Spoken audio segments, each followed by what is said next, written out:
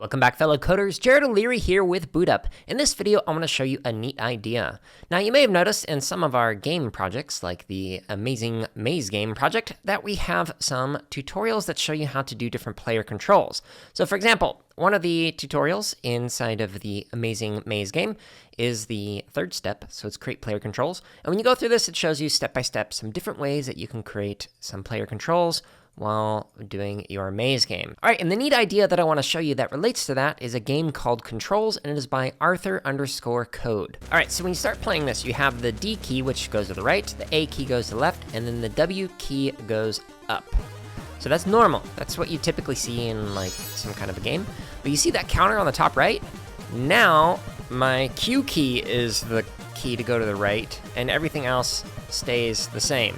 So now I gotta figure out how to move while playing with the Q key, and it's gonna change again. Uh-oh, my R key is the one that's gonna go, oh no, I lost. So I thought this was a really neat idea because it takes the normal controls that you would use and it randomizes it every single few seconds. So check out this project, it's in the description below, and make sure you comment and tell them how much you enjoy this particular project.